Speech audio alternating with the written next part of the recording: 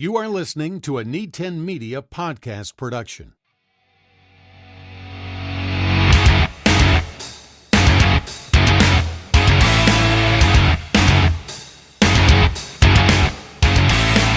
J-Hawks on the Move, Season 2, Episode 1. Tim Sauer, great day to be a J-Hawk. Always is. You're not decked out. You're usually decked out. I've got my football t-shirt underneath. The one that has, it's a great day to be a J-Hawk. Okay. So it's just like 2-a-day camp where they take the logos off the helmets. Yeah, you could say so that. You're taking the logos off of everything. So I've got a passenger today that I got to take my grill into B&B, get service a little bit. So I'm pulling a trailer with the grill, so it's going to slow me down a little bit. Hopefully it doesn't fall off. So anyway, as we are, I don't know, about a month away, less than that. It's less Game than that. number 1 for the 2019 season, going into your second year. Let's talk about your first year. Looking back, it's been a year since we got together. What's your reflections on that time?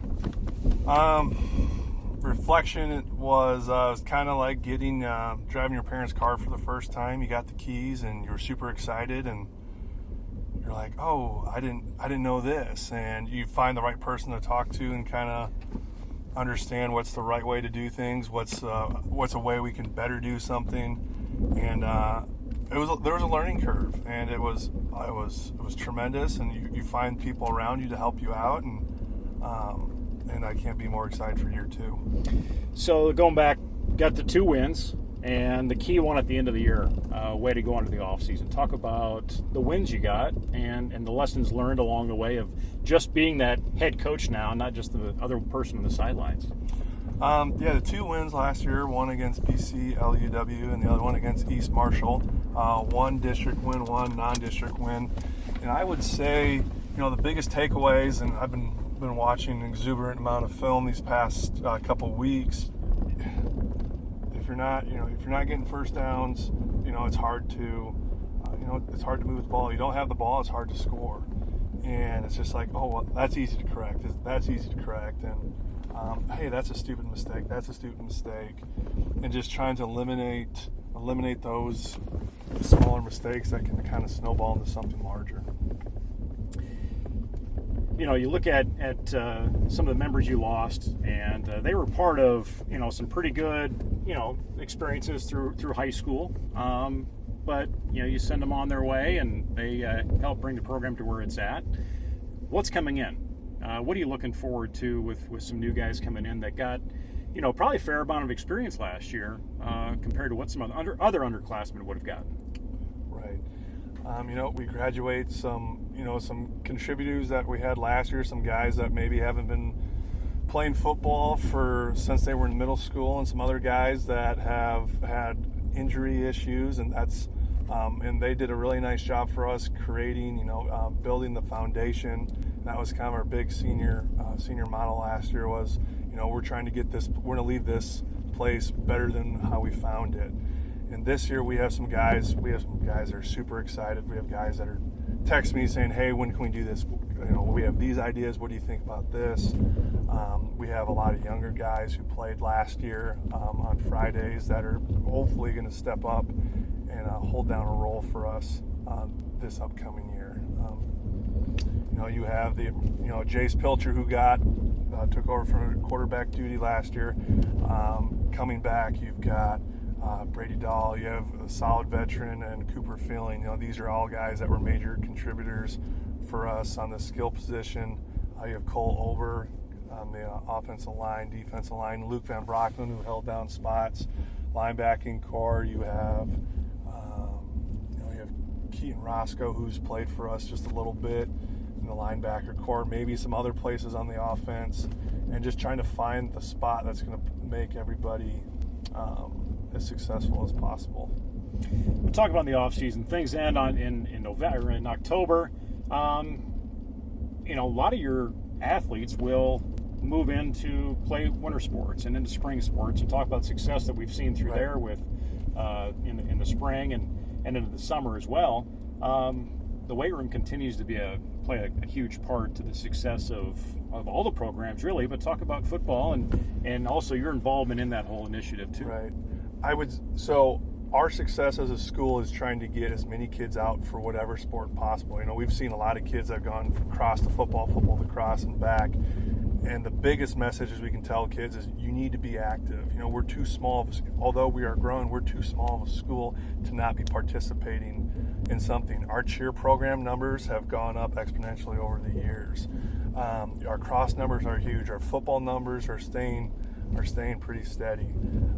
But then it prepares us for our winter, and our winter numbers are growing. And whether that's people are coming in and working out in the Jack, there's people going out for their winter sport.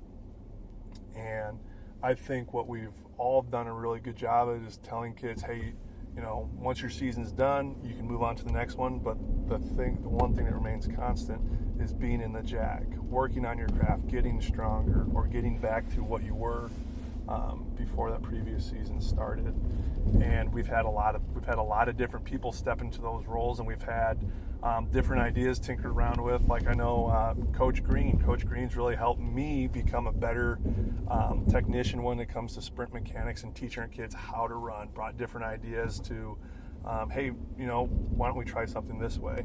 So that's a difference that you'll be seeing this fall, especially with our in-season athletes, but also in the mornings and also in the next winter and spring. You're going to see a little bit different shift from how we've lifted in the past to something that's a little bit more conducive to our athletes. So talk about the brand. It's a great day to be a J-Hawk. Yes, sir. It's coming up on a year old from being really public. Where have you seen that gone? What has really I don't know if surprised you or some way you've been proud to see where that's gone through the community?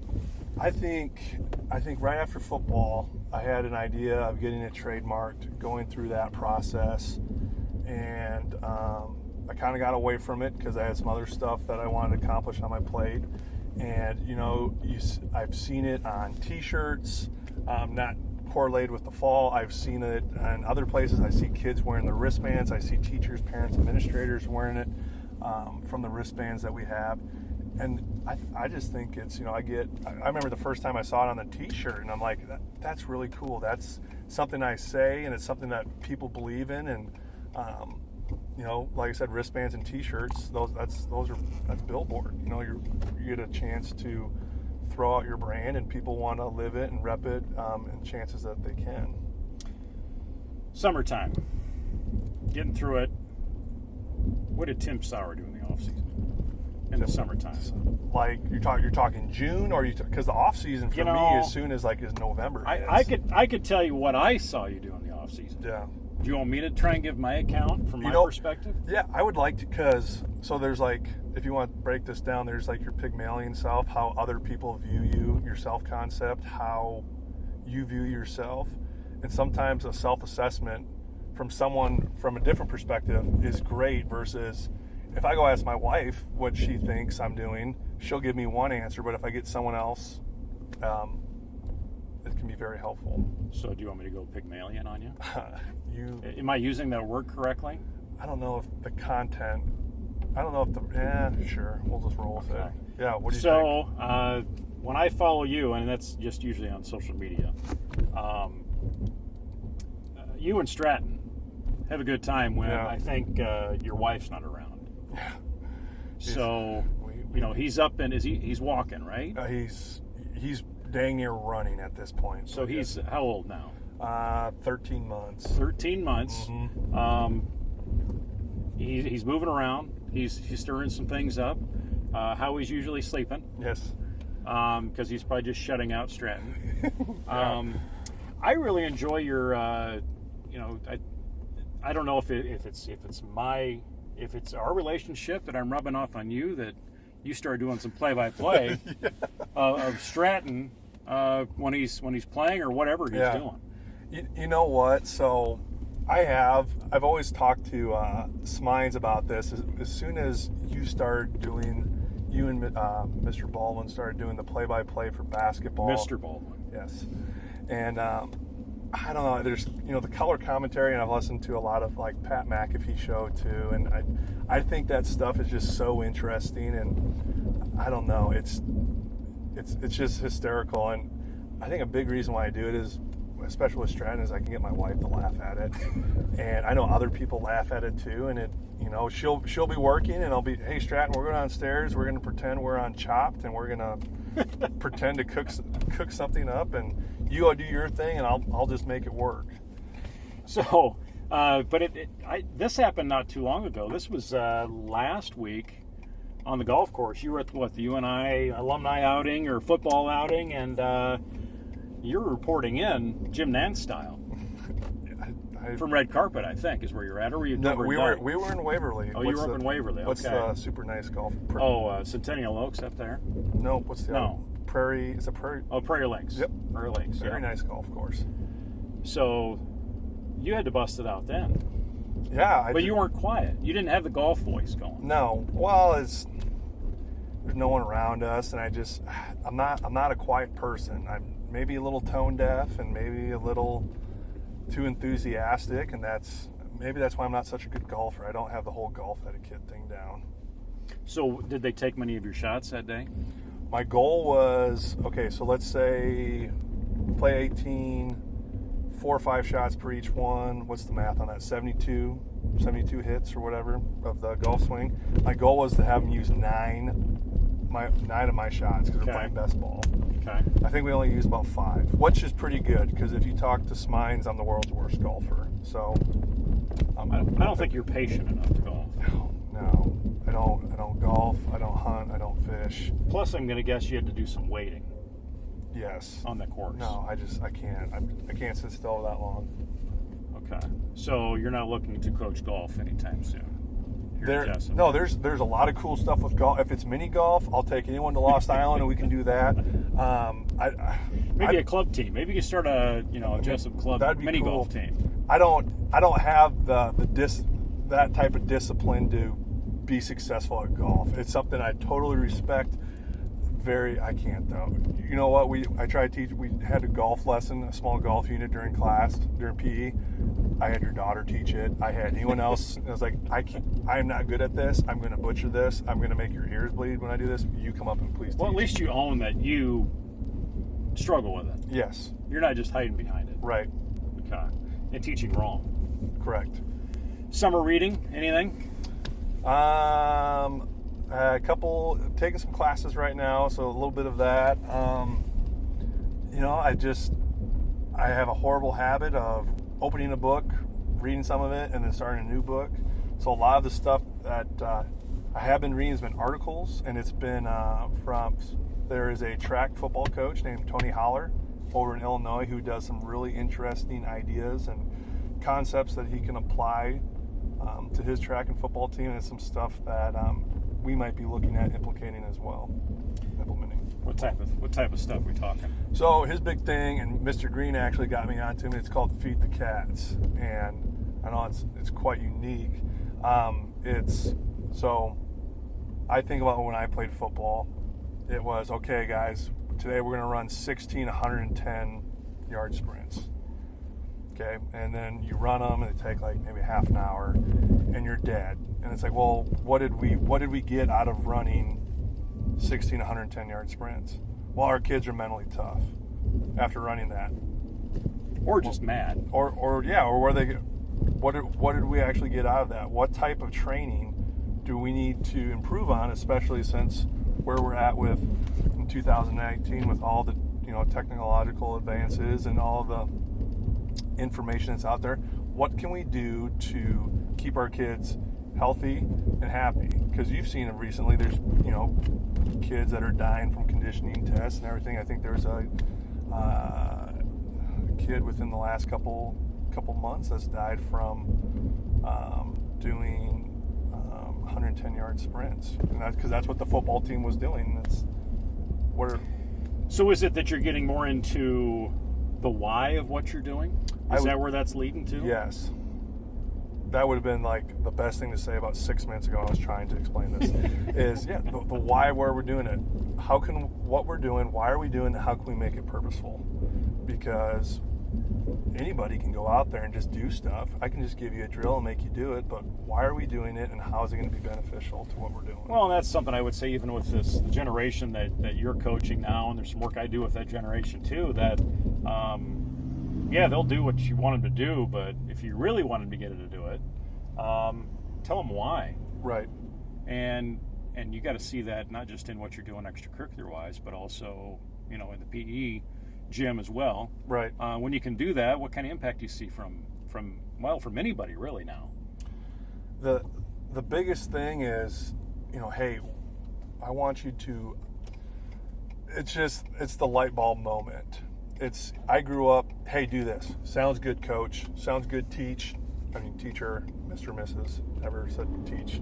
But I just did it. It wasn't an issue. But now we can conceptualize, hey, we're doing this because of this. Hey, we're doing this because of this. I'm doing this so you can have this skill later on in life. Hey, I'm doing this skill so you can try to hold the linebacker. So in the next second, something's going to open up for you. And kids really respect that, because it's like, hey, they have more knowledge instead of saying, hey, go do this. So what's that look like? How do you mix this into the season? This stuff we talked about last year, theories and beliefs and cultures, things like that. How do you set that in motion to get that mindset to follow along with what you're trying to do and what your staff's trying to do, and just to get on? You're really trying to not just make a better football player, but right, but better people. Right. And a lot of it comes through trial and error, because there's things that work and there's things that don't work. And just because it works one day doesn't mean it's going to work the next day. And one of the big things that we've been trying to do, what we have been doing, is identifying behaviors in the classroom, in the weight room, on the football field, and in life that are going to make you better people. Because, to be honest, and I just had a conversation with an athlete about this, if we do all the things right, winning will be a byproduct. Winning isn't the number one thing, because there's a lot of great winners out there, but they're also cruddy people, and that's not what we want to do. If we can identify those behaviors and how they're going to apply it in life, then that's when, for me especially, that's when I'm going to consider that kid being successful. So let's talk about the season coming up. What do you think of the schedule? When it came out, what was your thoughts? It's the same as last year, except we flip where we're going, home and away sites. I really like it because Hudson is, I'd essentially consider that a home game with how close it is. Then we go O-line and MFL at home. BC, LUW is a little bit of a trek, but then we hit district play. South Hardin's home. Northland is right around the corner. That's not that far away. Then we have Northland, not that far away. And then we hit, East Marshall will be home, Dyke will be home, and then Iowa City Regina will be our other long trek. But other than that, everything's pretty close. Excited to see what we can do against, a lot of the teams that we faced last year. They had, we were looking at, for instance, South Hardin. They were a little senior heavy at some of those positions, and it's like, hey, this is a great opportunity for a team that was a little younger to come up and compete against a team that doesn't have some of those same guys back. So that's something too. I get a kick out of it. Doesn't matter if it's high school ball or college or pro. It's like, well, they lost a lot. I'm not sure how they're going to be. Right. And of course, that conversation goes away once the season starts. But what do you think your opponents are projecting to see from you guys, just from what they know? Right. Look at Hudson. Hudson 13-0 coming off state champs, and they come out and say, oh, it's Jesup. Okay, no problem, guys. And that's where opponents will look at us and like, hey, they don't have a lot of the same guys they had back last year. They had some younger guys that were contributors. We were getting better towards the end of the season. This isn't the traditional Jesup that maybe some of those coaches have coached against in years past. And that's hopefully the mindset that what those other teams see. How's your staff? You had a little few changes on the middle school level. As a whole, talk about the people that you have working alongside you to build a better program. to build a better program. We have we've retained a lot of our staff from last year on the high school. We have one of my friends that has coached from Jefferson, not Jefferson, sorry, that's where my wife's from. Cedar Rapids, Jefferson. Jordan Miller, he's going to help us. He's going to be a volunteer this year. He's going to help us at the high school level. Ronnie Slisky's going to be back on the middle school. Paul McCone is one of our coaches on the middle school. Coach Wackendorf is a middle school coach. We're going to have Cody Cooper. He's going to be a volunteer to help out with the middle school as well. So just you've seen a little bit more changes on the middle school side with a couple people leaving and a couple changes there. But other than that, there's be a lot of retention in the staff. Can't believe it's coming up. School got out late this year, and it seemed like the summer was only a couple weeks. So Green and I were talking a couple weeks ago. It'll be here before you know it. And cross country got done with their camp, and football has their camp coming up, and we're going to be here. So what do you say? How are your numbers looking? You didn't quite get into that as far as it's hard to say if it's till first day, but right. What are you looking at roster wise? You always have the kids that say I'll come out, and then you say, well, I'm not coming out, and it's all depends who shows up. I'd want to say we'll be about 10 in our senior class, and then freshman class. It's always so tough, that transition from as an 8th grader to a freshman. I always think about 50 kids is going to be a for sure number, but then you get kids. Well, I don't want to go out anymore, or I just all of a sudden got an idea that on a whim I want to come out. So, right. So what do you say to those young men that are on the line that were out or have been out or thinking of going out? There's all these things out there when you start talking about football, from concussions or am I going to get a play? Things like that we've talked about before. From the head coach's standpoint, in a school like Jesup, what do you say to those guys? And it starts in June, where it's, hey, just why don't you come watch? Why don't you come? Basketball has open gym, we have open field. Come run some routes. Just see if you like it, see if you don't. And those kids who're still on the fence, we've got a football camp 5th, 6th, and 7th. Come watch. Come try it out. See if you like it. And if you're still on the fence, well, do you want to be part of the team? If you don't want to play, you can have some type of role where you're still you're still on the football team, but maybe you're not playing. Maybe it's a manager. Maybe it's you want to be an audio. You want to be a film guy for us. Mm-hmm. Or film girl, either or. That works. That works either way. And the message is, there's always a spot on you. There's always a spot for somebody on this team, and your role is going to look different. Just like look at an axe versus a razor blade. Okay, an axe can cut down a tree. A razor blade can't. Razor blade can cut through paper. An axe isn't going to be as efficient. Everybody's role is going to be different, but everybody can be a tool that can be used. Monumental quote right there. Yeah. I think you found the title for it. So, Coach, we'll talk again. Kickoff is not too far away as we look at doing the scrimmage against Columbus on the 23rd and kickoff with Hudson August 30th. J-Hawk's on the move. He doesn't have his cue yet. No. He's not ready. Great day to be J-Hawk. Yeah, we still got to work on that. So at least we had the name down. At this point, we weren't quite there yet. Right. A year ago. Yeah. Popped up on Facebook like last week when we did this because the season rolled back. Yeah. And it was just like, we didn't have an official title yet, but it's awesome. Let's get in, just drive around. Something like that. All right. We will see you again. J-Hawks on the move. Out.